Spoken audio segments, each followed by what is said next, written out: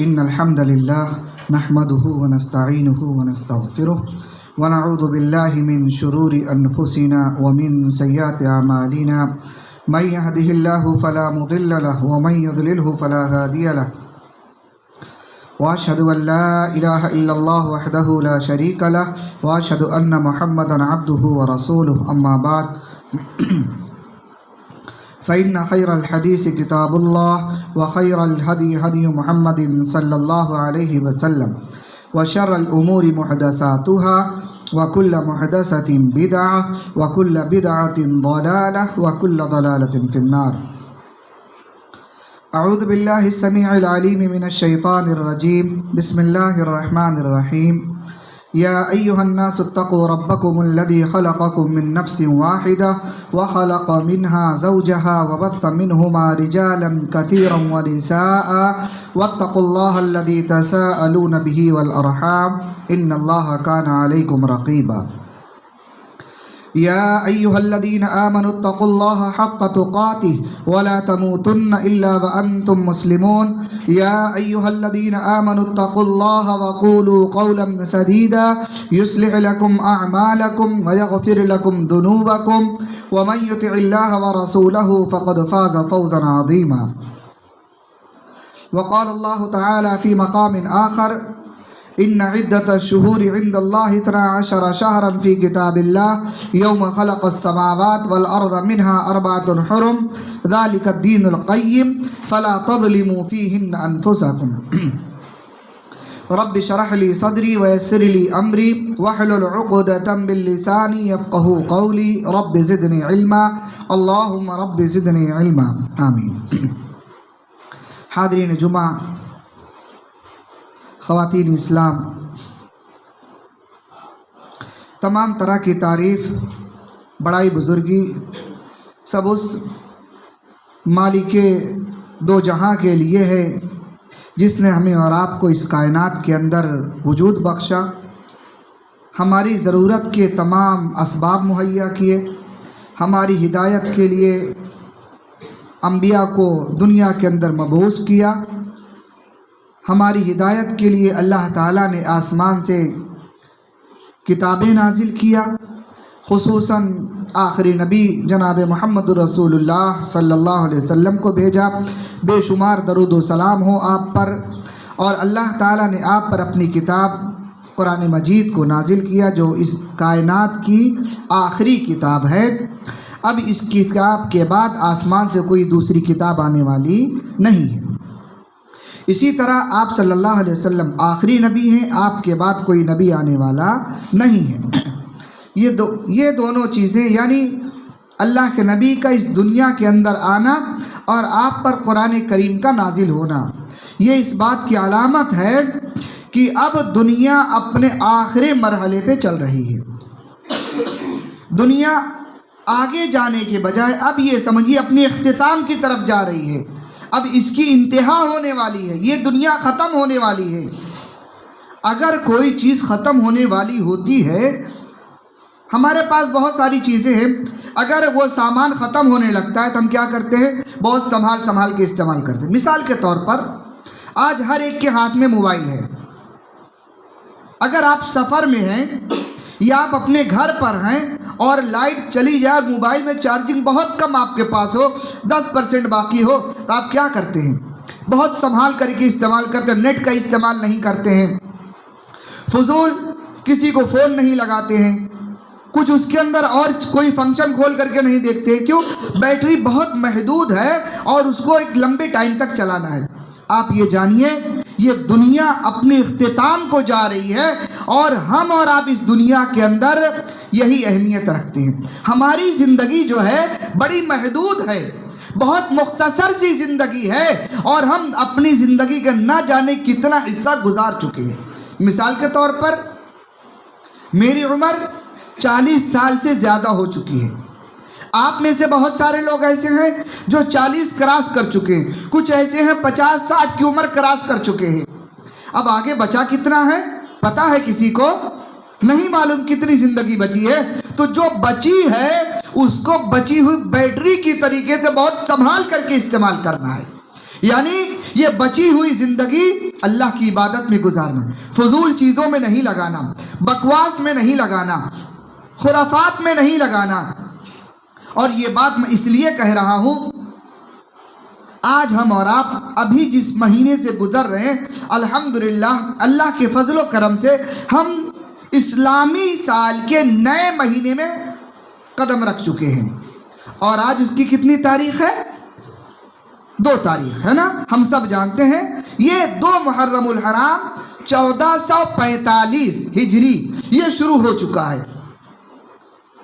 آج ابھی جو تاریخ شروع ہوئی ہے، آپ دیکھیں گے مسلمانوں کا ایک بہت بڑا طبقہ ایسا ہے جو عبادت کے نام پر، دین کے نام پر وہ عمل کرتا ہے جس کا شریعت نے کہیں کوئی وجود نہیں ہے۔ مثال کے طور پر 10 دن مجلسیں لگانا، واعظ و نصیحت کرنا، روڈ جام کرنا، یا دین سمجھ کر کے تعزیے بنانا، یا اور خرافات جو بھی ہیں لوگ دین سمجھ کر کے کرتے ہیں، اس کو نا گناہ سمجھ کے کوئی کرتا ہے، گناہ سمجھ کر کے کوئی کرتا نہیں ہے۔ لیکن میں آپ کو جو اشارہ دینا چاہ رہا ہوں، ہم میں سے جتنے لوگ یہاں پر موجود ہیں، میں نہیں سمجھتا کہ ہم میں کا کوئی شخص ان کے خرافات میں شریک ہوتا ہوگا۔ لیکن یاد رکھیے، اللہ کے نبی جناب محمد رسول اللہ صلی اللہ علیہ وسلم کی ایک حدیث، پیارے نبی نے فرمایا، من تشبہ بقوم فہو منہم، جو شخص جس قوم کی مشابہت اختیار کرے گا اللہ تعالیٰ اس کا شمار اسی میں کرے گا۔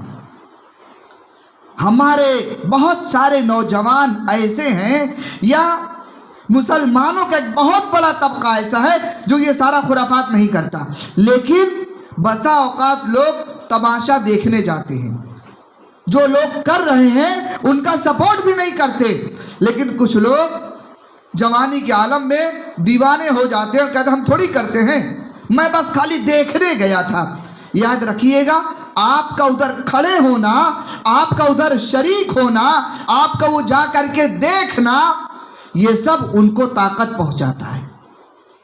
دنیا یہی دیکھتی ہے کہ ان کے جلوس میں اتنی بھیڑ اکٹھا ہو گئی، آپ کس غرض سے گئے ہیں سامنے والوں کو کیا پتا، لیکن اگر آپ وہاں پر شریک ہو گئے تو اس کا مطلب یہ ہے کہ ہم نے ان کے معاملے کو اور مضبوط کر دیا ہے۔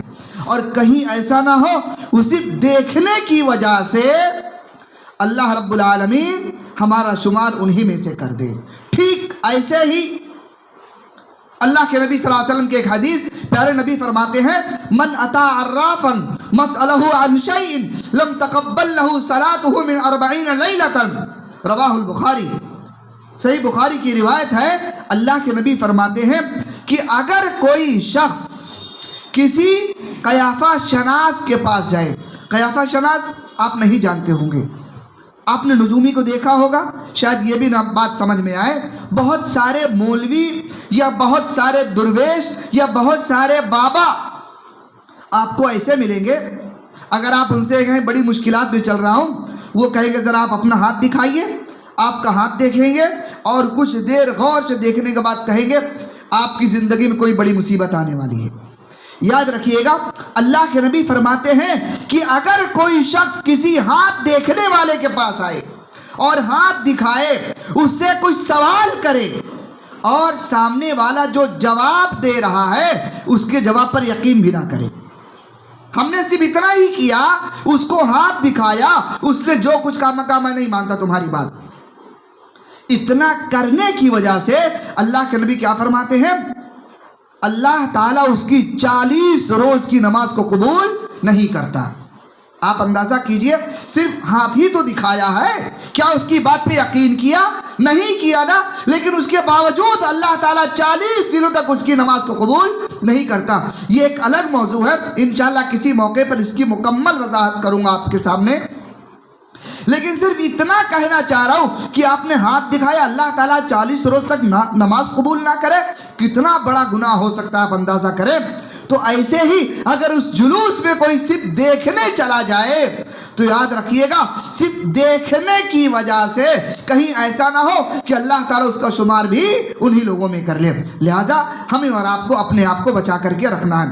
دوسری بات، اس مہینے کو لوگوں نے غم کا مہینہ اور نہ جانے کیسے کیسے خرافات کا مہینہ بنا لیا، جبکہ قرآن کریم کی آیت سورہ توبہ کی جو میں نے آپ کے سامنے پیش کیا، اللہ رب العالمین فرماتا ہے ان عدت الشہور عند اللہ 12 شہرا فی کتاب اللہ یوم خلق السماوات والارض منها 4 حرم۔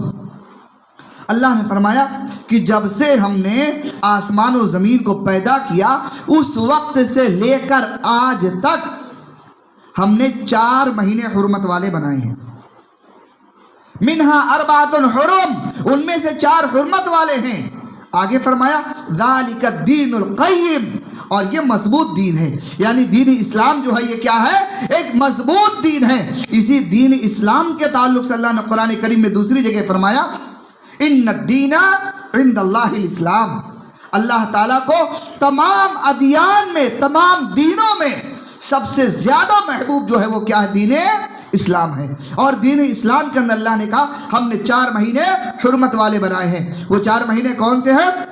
نمبر 1 ذی قعدہ، ذی الحجہ، اور تیسرا یہ محرم جو ابھی شروع ہوا ہے، اور ایک اور کون سا ہے؟ رجب۔ سمجھ رہے ہیں؟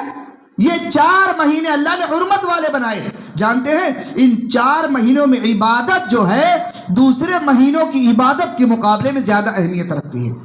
اللہ نے اس لیے بنایا تاکہ بندہ اس میں کثرت سے عبادت کر کے میرا تقرب حاصل کرے، اپنے گناہوں پر معافی مانگے۔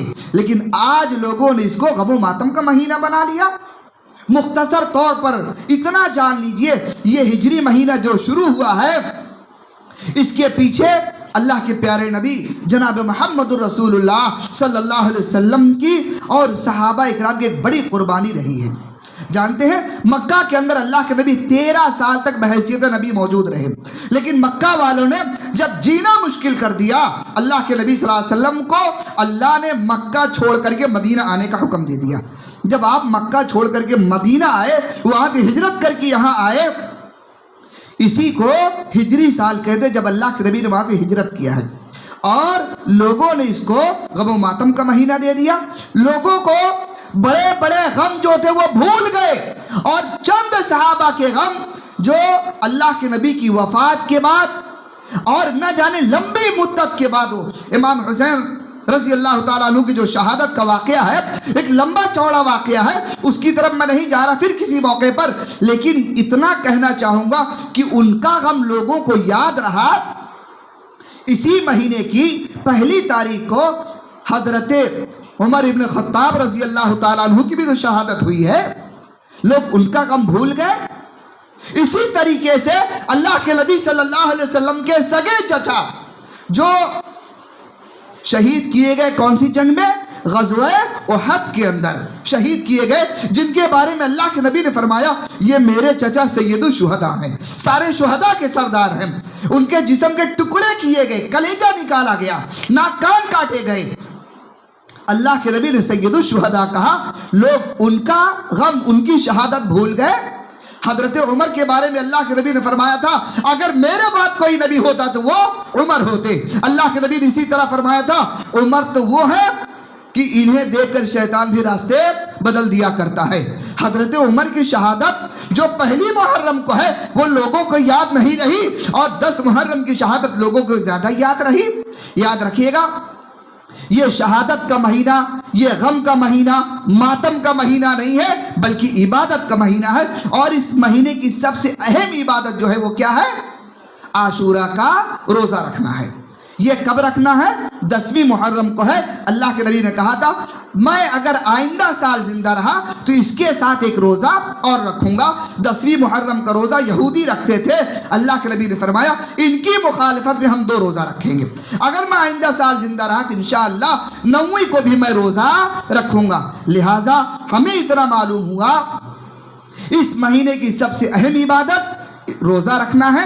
اور اگر اللہ نے کسی کو طاقت دیا، صحت دیا، تندرستی دیا تو آپ 2 4 6 جتنے چاہیں رکھ سکتے ہیں۔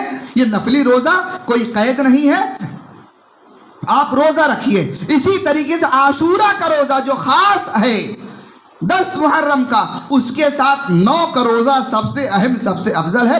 اور بعض علماء نے یہ بھی کہا کہ اگر کوئی شخص 9 کا نہیں رکھ سکا تو 10 اور 11 بھی رکھ سکتا ہے، لیکن اہم کیا ہے؟ افضلیت 9 کو ہے۔ 9 اور 10 آپ روزہ رکھیں، یہ عبادت کیجئے۔ ممکن ہے کہ یہ 2 روزہ رکھنے کی وجہ سے اللہ کے نبی نے فرمایا مجھے اللہ کی ذات سے امید ہے کہ اللہ تعالیٰ پچھلے 1 سال کے گناہوں کا کفارہ اللہ تعالیٰ بنا دے گا۔ اللہ رب العالمین سے دعا ہے کہ پروردگار جو باتیں میں نے کہا ہے اللہ ہم سب کو عمل کرنے کی توفیق عطا فرمائے۔ رب العالمین ہمارے سارے گناہوں کو تو معاف فرما دے، رب العالمین ہماری ساری خطاؤں کو بخش دے، پروردگار ہم نے جو بیمار ہیں انہیں صحت و تندرستی عطا فرما دے، جو کسی بھی حالت میں پریشان ہیں اے اللہ ان کی پریشانی کو دور کر دے، رب العالمین جو ہم میں نہیں ہیں جن کا انتقال ہو چکا ہے پروردگار تو ان کی مغفرت فرما دے، رب العالمین اس بارش کو تو ہمارے لیے رحمت کی بارش بنا دے۔ اے اللہ مسلسل بارش کی وجہ سے بہت سارے لوگ پریشان ہیں، لوگوں کے مکانات دقت میں تکلیف میں آ چکے ہیں، پروردگار تو اس بارش کو ہمارے لیے رحمت کی بارش بنا دے۔ اللہم حوالینا ولا علینا، اللہم حوالینا ولا علینا، اللہم حوالینا ولا علینا۔